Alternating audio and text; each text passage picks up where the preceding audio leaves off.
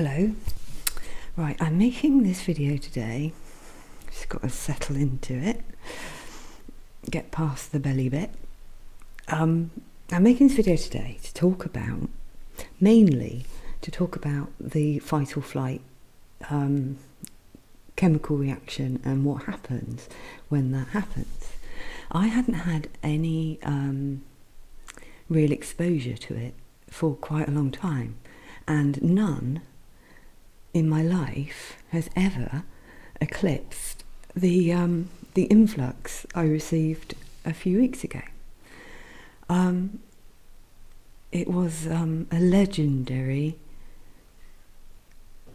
distribution of adrenaline for me anyway, and it is a very interesting experience. And so the main point of this is to talk about that and how it makes you feel, and what I discovered I could do to take it back down again. Just check that I have actually pressed record. So what I'll do is give you a bit of an outline of what's been going on, so you know what I'm talking about, and then I'll go into the feelings of that. When I made the last video, it's funny because nothing had been happening. It was like I've been in this sort of, I don't know what you call it, I was like that all the time, in the middle. It's like I wasn't in my human, I was just watching my human all the time, and I had become quite emotionless, I think. I had disconnected to my humanness. It was seen all the time from outside, and not from inside. It was like it was like my project. It was like, my little people that were in there, but it didn't affect my feelings at all. And actually, I didn't have many feelings. I wasn't experiencing anything very much. It was just neutral. And then I made that last video, which, that was strange how it suddenly just, that came out of me, and I realised that had to be said, that was like kind of like the last taboo, the last thing that kind of needed sorting. I mean, I often think it's the last thing that needs sorting, and then wallop, up comes the next thing. But anyway, once I did that, and the actual making of the video, even though it was difficult in some ways, the part that made it really wanted to say that. It really wanted to just say, look, fuck this, I'm not hiding anymore, and I'm just going to say my bit. And if whatever the reaction is, I don't care. I just want it out of me. That was the kind of, I have a right to say this. And so making it wasn't that difficult. The difficult part was uploading it, because once it got to like 95% loaded, the mother voice came in, and it was just not liking it at all. It was going mad, saying like, oh my god, I can't believe you're doing this, what the hell are you doing?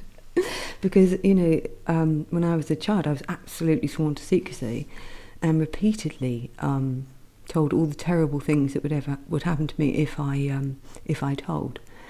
And so that was an interesting thing, was having that there, telling me all the things that would happen if I, how disgusted people would be with me, and how it was my own fault, and all the things that it would have said before.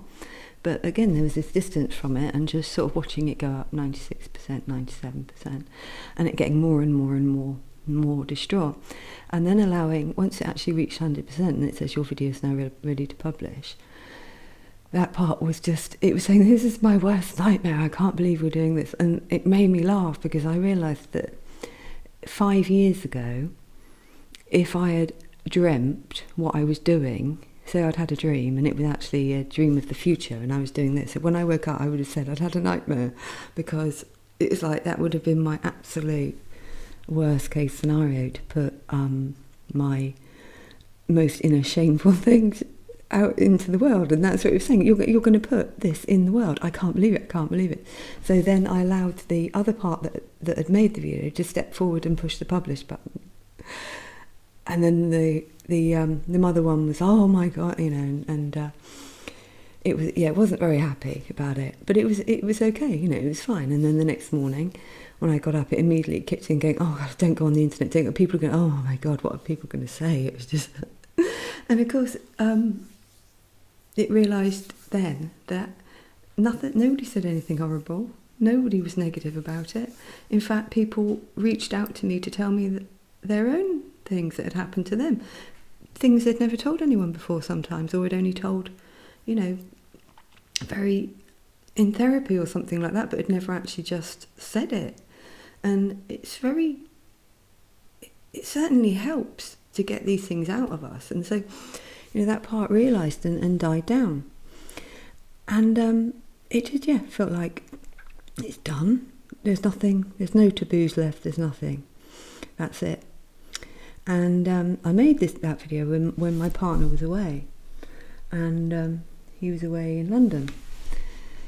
And he came home and everything was normal, or appeared to be normal, for several more days. It was like,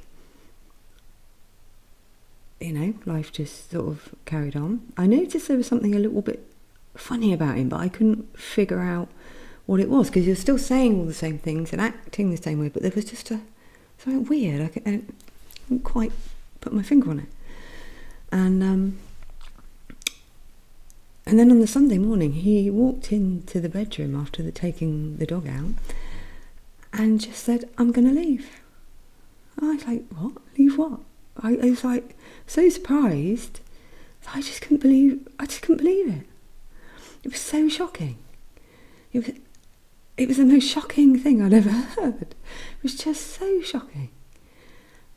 And that was it. It was over. 13 years of living together and being together every day, because we live, he was here, he had worked at home, so, we were together most of the time. Not together in each other's pockets, as obviously, but together. It was just so absolutely shocking, because he wasn't who I thought he was. It was just absolute, utter disbelief. And, of course, that immediately, the shock of hearing that, and of course all the implications of that, because it means that life is not the same now. Life is completely different. It's like the bubble I lived in. It just burst like that. And the fight or flight chemicals, the adrenaline, just through me. And it was extraordinary. The mixture of things that go on in the body when that happens, and how the mood, you can't make a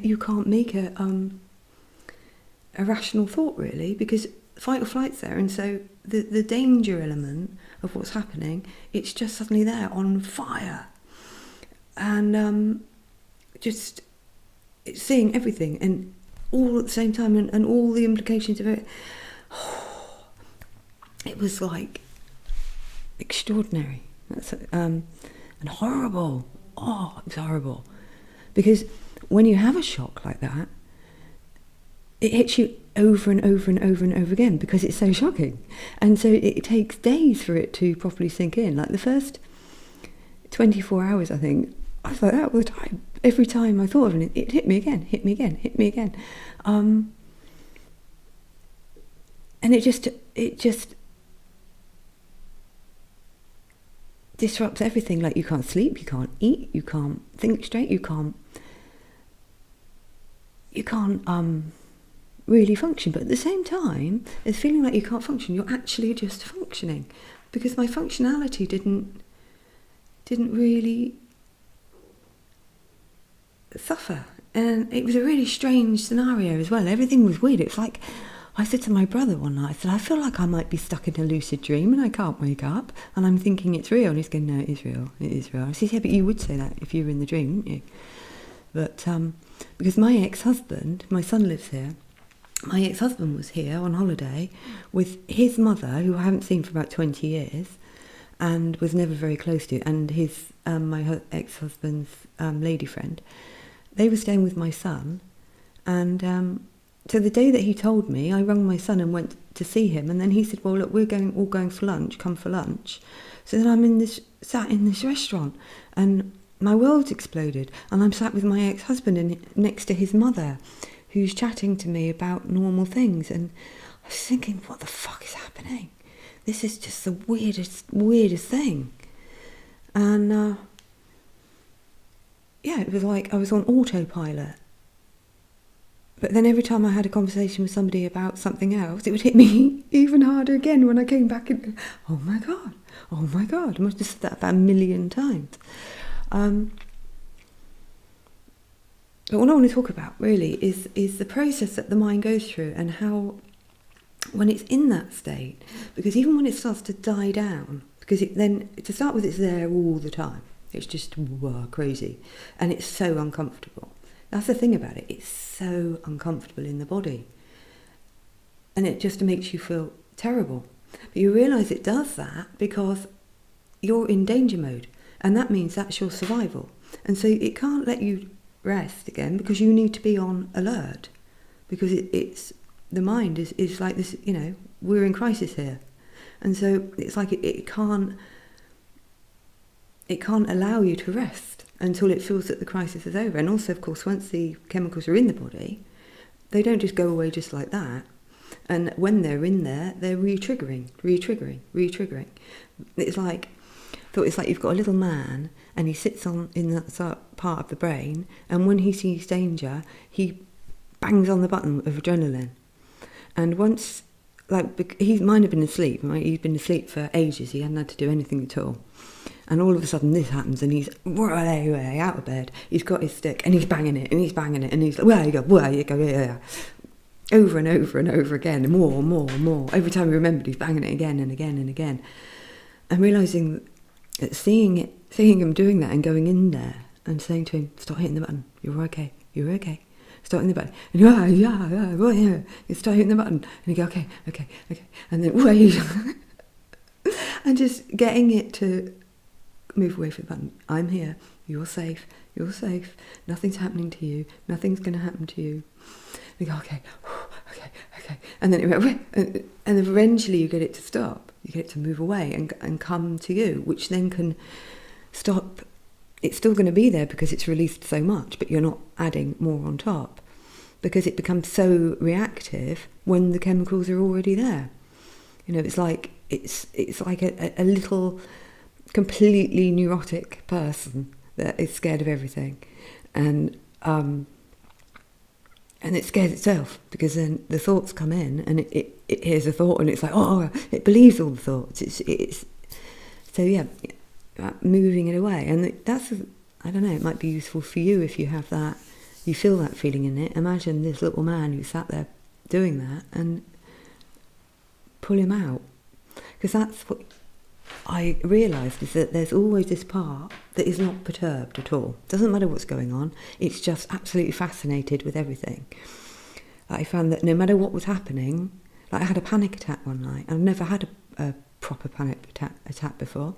I was on the phone to a friend, and she was talking to me, and I'd been kind of busying myself in the day, and I found that it was when I sat down in the evening, I'd come in and it would be dark, and it would feel like it was all closing in on me, and it would build up. And she was talking to me, and I knew I had to let it out, but I couldn't do it until the phone call was finished, because that's something else I realised, is that you've got to, when you feel it building, our instinct is to keep pushing it away, but you've got to let it out. But at this minute, I couldn't let it out because she was talking to me, and then I felt myself sort of like fall into like a black hole. It was like I was going in and in, and I couldn't breathe properly. And I said to her, "Oh, I'm having a panic attack." And she was talking to me. She was sort of, "It's all right, I'm here," and doing that lovely thing that somebody does in that situation. But at the same time as it happening and it feeling terrible, there was still this part of going, oh, this is what a panic attack looks like. Oh my God, yeah, it's like you're falling down, and it's like, I said, the breathing feels funny. There's always this part that's disconnected on the outside, that isn't involved. So I'm lucky that I have that advantage. But yeah, back to the old talking about the adrenaline thing, because it's really important, because you realise that also once it does start to die down, there's the initial chaos, and then it dies down, and then you have periods where you were actually okay. You're like, oh, and then you can start to think clearly, and that, the part that arises out sticks its head out and goes, oh yeah, it's okay. So normal service resumes a little bit. But what you realise is it's not gone. It's actually just laying about here, about halfway down, just sort of solar plexus and below kind of thing. And it's the tiniest thing. Ooh, it's back again. It's like, it's not gone, it's just suppressed. It's just lower. And so the good stuff can kind of sink down a little bit, but as soon as anything happens, it's back out again. And I found it an extremely humbling experience to feel those things in me again, because I had completely lost touch with my human emotion, really, in as much as nothing touched me. And then all of a sudden I'm shot right back into the middle of it. And I had feelings that I hadn't had for so long, but that it was like they're brand new, because they're not tied up in all the past. There was no point that I needed to go backwards, or that the past came back, because that's all gone. I've sorted that. So it was all happening in the moment. It wasn't referring back. But I forgot what I was saying now.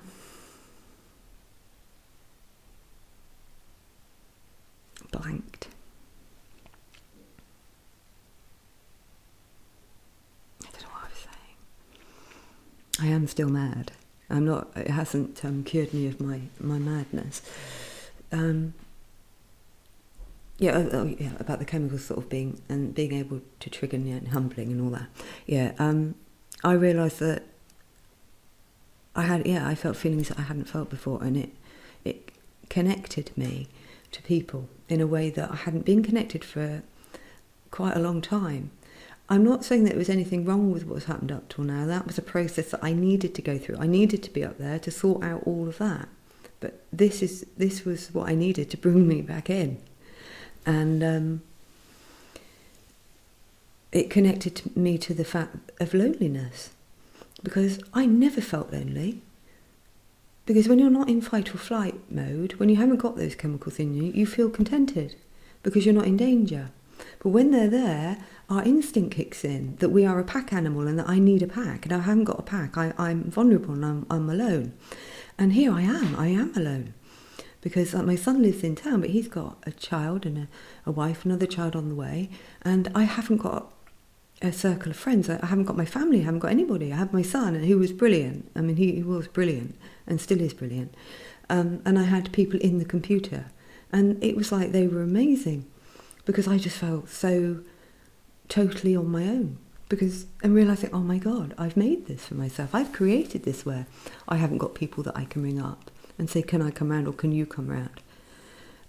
But at the same time, I didn't actually want to be with people, because I couldn't think about anything else. And I didn't necessarily want to talk about it. I wanted to be able to, when I was with people, like when I went to my son's and normal life was happening, it was like it was over there and I couldn't, it was too much going on inside to be able to interact properly. So being on my own felt right, but at the same time, I felt lonely. And then I saw what loneliness feels like, and how I know people that are lonely, and how I could have given them more of my time and attention but didn't. But at the same time as that, thinking I could have done, but I could have done that, but we know, I didn't, because I was doing what I was doing. But now it's like this has reopened my eyes to everything. It's made me see that. It's made me see why people absorb themselves in TV and stuff all the time. Because when you've got those chemicals in you, the last thing you want to do is be on your own in silence, because when you are, they come. You can't distract yourself from them. So no wonder people are constantly filling their time with other things. No, don't want to go there. I could feel that. As soon as I wasn't speaking to somebody, it would feel like, God, it's waiting to come. But because I'm me and I'm a bit of a sadist, at the same time I'm like, oh, it wants to come. Come on then, what you got? But yeah, it's scary. It really is, because you don't know where it's going to take you. Because I had like the second or third day, I think it was the third day, the part in me that I've always had, that in the time of absolute crisis, suicide. Right, I've got to die. It was like, I can't do it, I've got to die. And of course, it's not scary for me when that happens, because there's still this outside going, oh, go on then, fill your boots, love. And so this part, right, and you realise that it doesn't actually want to die, it just doesn't want what's happening to happen. It cannot bear the chemical reaction and the thoughts, and it finds it so overwhelming that all it can think of is making it stop in any way it can, and so it thinks, I need to be dead. That's why I need to be dead. And again, with that, like that's saying that it needs to be dead. And I talk to it, saying to it, look, the reason that you want to be dead is that you're scared that something's going to happen that's going to make you die. Because the worst thing that can happen, that you're so, oh God, what's going to happen, is death. And so you're saying, well, I'm going to choose death now rather than wait for death. So whatever way it turns out, death is going to happen in the end. So you're going to get your wish eventually. So, you know, what's the problem? And it's like, no, I still choose death. But talking to it and bringing it in, that's the thing. Because when you can go to yourself as the voice of reason and loving and kindly and talk it back, you know, and then saying, like, just come here, let me hold you. You know, I've got this. That was the thing, you know, I'm fine. You know, you're fine, we're fine. I've got you. You don't need to die. Or die to me. You know, that was another thing. Just die into me. Don't, you know, and then it subsides. But it needs your attention. Because without you giving it your attention, it perpetually just goes round and round and round and round and round. So you have to be like the grown-up that soothes your frightened children. And of course, like the little man stops banging the button, all the children calm down, everything, and then digestion can come in.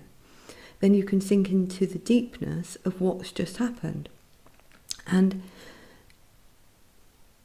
for me, I have to think about it all. I had to think about our whole relationship, who I was, who he was, where he was right, where I was wrong, where he was wrong, I was right, how we ended up how we did, everything.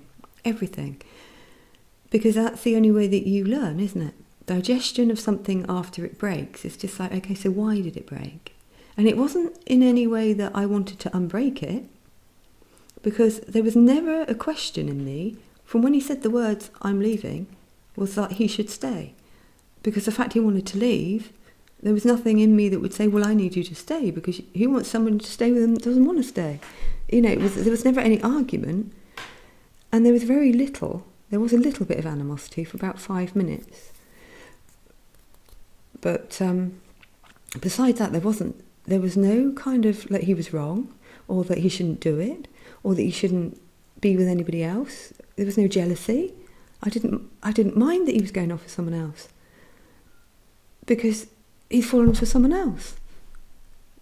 Who am I to say he can't fall for someone else, or this isn't the time for him, or he's mine, or that's what's happened to him, and it's perfectly his right to have that. And I love him.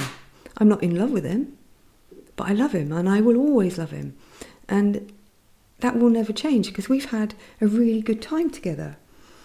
I don't think he's enjoyed it as much as I have, because I don't think that he ever actually, in retrospect, really liked being here. I think he came here for me. And I think he's been quite sad, actually, even though he's always denied any sadness, but I think he has, and lonely. You know, he's an extrovert, and I'm an introvert, and he pretended to be an introvert, and he isn't. He's an extrovert, and he wants to be out in the world, and there's nothing wrong with that, is there? If that's what you want. You know, so the digestion, for me, has to happen, because I'm so interested in seeing myself and why I do the things I do. What made me do that? What made me behave like that? What made that be like that? Why do we do the things? I'd love to talk about it in detail, but I can't because I'm not the only person involved, so I'm having to sort of skirt around it. So I can't really talk about the intimate realisings because it's not fair. It's not fair to do that to him, is it? Even though I'd love to talk about the fucking bastard. I'm only joking. He's not. He's not. Sorry about that. No, so yeah, no jealousy, no animosity, no questioning that it shouldn't be the way that it is. There was at the beginning there was this, I couldn't believe he'd done it the way he'd done it, to be so normal and then just drop it like that with absolutely no warning. It just felt like, why have you done that? Why didn't you just say to me, like, I'm not really feeling that happy? Or because when questioned about that, he'd always tell me he was absolutely overjoyed.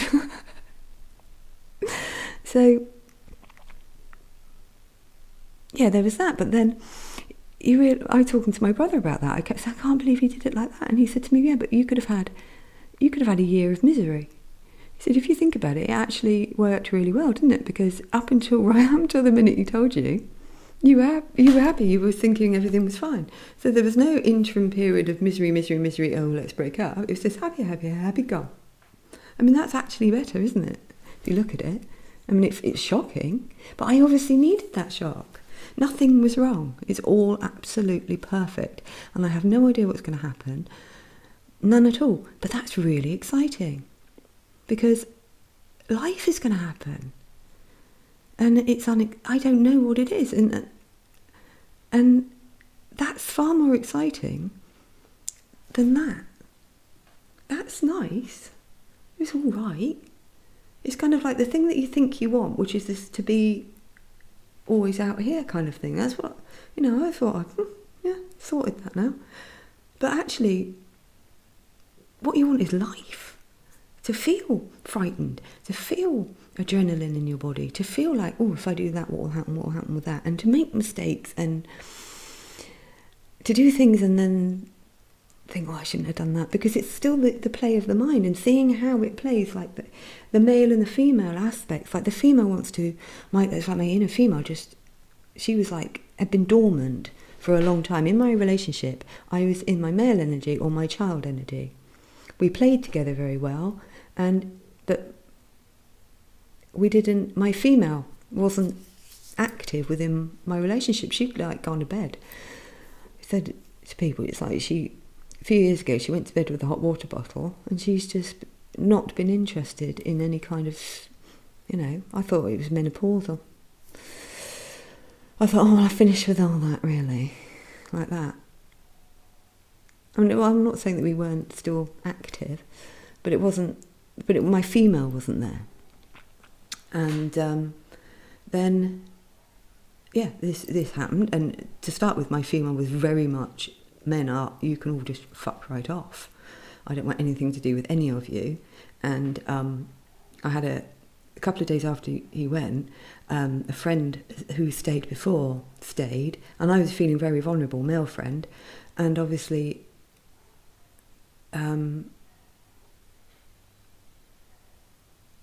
I wasn't. He took me out for a meal, and we were sort of chatting, and I was sort of going through the motions of friendliness, and then he was perfectly gentlemanly. He didn't do anything wrong. I'm not saying he did anything wrong, but then when he said goodnight, and then I went downstairs, and then he sent me a message saying that he'd left the door open if I wanted to come up, and I was fucking furious.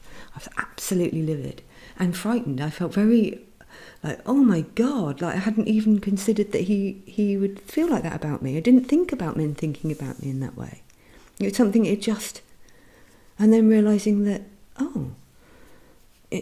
you're going to get attention you don't want now. And then seeing that, people contacting me and things, and, friendly, and then that kind of slipping in with the thing. And it felt like all the men I knew, I can't be friends with them anymore, because there's this sort of thing going on.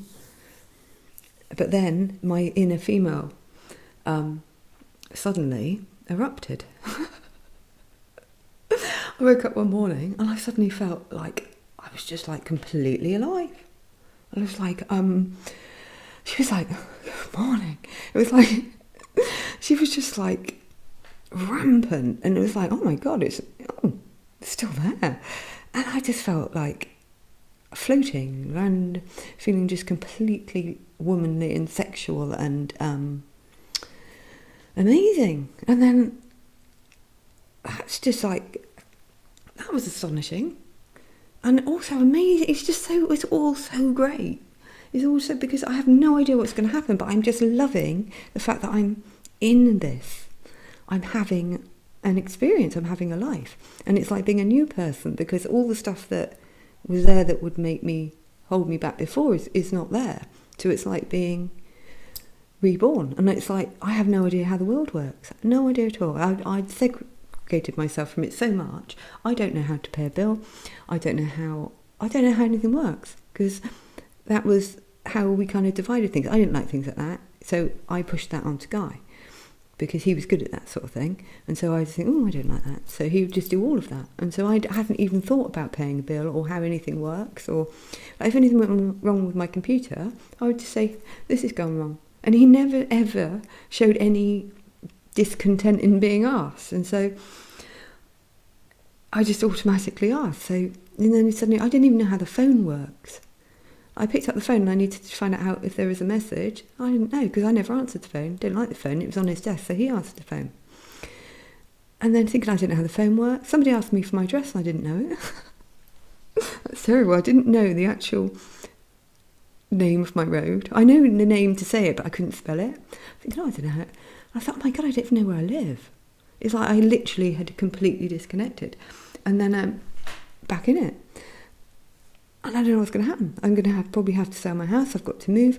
I don't know where I'm going to go. I don't know what I'm going to do. I have no idea. I've got very little.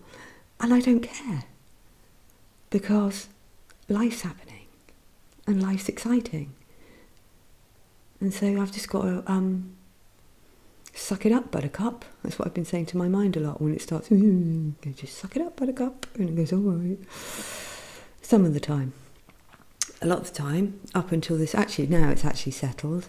It's not being problematic. It's going back into very deep, like the male side is still doing the digesting, and I find that it sort of shuts down, and I need to just go into the quiet, the digesting place, or the silence. But then the female wakes up and is floating around. So it's kind of a mixture. And I know I've got to make decisions and choices, but I can't really do that until I have the house valued, and I've got to do jobs in the house before I can do that. So I'm just doing that and just doing one thing at a time, one step at a time, and see what happens. Because what you realise is you think, I need to make plans. Furiously need to make plans. In the first few days, I think, what am I going to do? I can do this, blah, blah, blah. And then you realise that plans, you don't know what's coming. And I've also seen that this is really sweet, actually. It's like the universe, the bigger picture, whatever you want to call it, the higher thingy, Majuba, has been giving me little gifts, like all the time, not just these little things. And you see that you're being guided. You're always being guided. And I didn't know this was going to happen. I thought my world was one thing. Suddenly, boom, gone. My world I thought it was. You can't know. You can't really make plans. You just don't know. So I'm just kind of waiting, because things are coming into me. Things are just naturally happening. It's like he went away and then the world arrived. All the people that have been in my life, and everyone has been just so wonderful. And it's very humbling when you see all the love that people are willing to give you, and how you need love. You need to feel loved, and you need to be in a pack, and to have that around you. And yeah, it's I suppose I could say it's the best thing that's ever happened to me, in a way, because it's like a clean slate, and it's exciting. Again, I don't know if I've just talked a load of absolute codswallop. I'll have a look, and if I haven't, I'll post this. If not, I won't. Not that you need to know that. Except if I don't, you wouldn't know that. Right. I don't know if I've said everything I wanted to say. I I'll say goodbye.